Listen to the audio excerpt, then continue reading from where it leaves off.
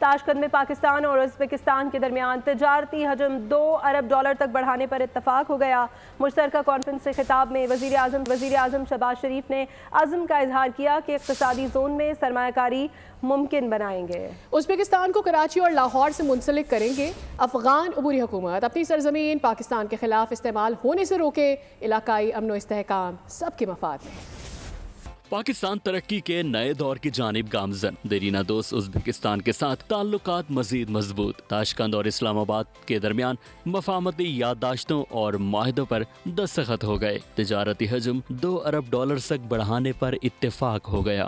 وزیر اعظم پاکستان شہباز شریف اور ازبک صدر شوکت مرزیوف نے مشترکہ اعلامیے پر دستخط کیے۔ معلومات کے تبادلے، سفارتی پاسپورٹ سے متعلق اور سائنس اور ٹیکنالوجی کے شعبے میں مفاہمتی یادداشت کا تبادلہ کیا گیا۔ مشترکہ پریس کانفرنس میں وزیر اعظم شہباز شریف نے کہا کہ ٹرانس افغان ریلوے منصوبہ خطے کی ترقی کے لیے گیم چینجر ثابت ہوگا۔ افغان عبوری حکومت اپنی سرزمین پاکستان کے خلاف استعمال ہونے سے روکے۔ Trans Afghan railway connectivity which is going to be a game changer not only for Pakistan and Uzbekistan but in the entire region۔ ازبک صدر نے مشترکہ چیلنجز سے نمٹنے کے لیے مل کر کام کرنے کے عزم کا اعادہ کیا۔ will lead to the fact that during those kind of meetings we'll find out even more opportunities and the solutions.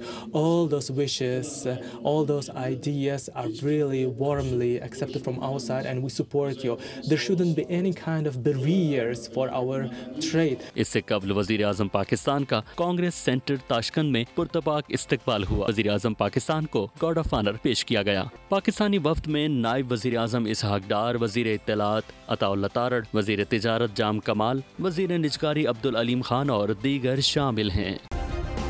Subscribe کریں اور بیل دبائیں تاکہ کوئی خبر رہ نہ جائے۔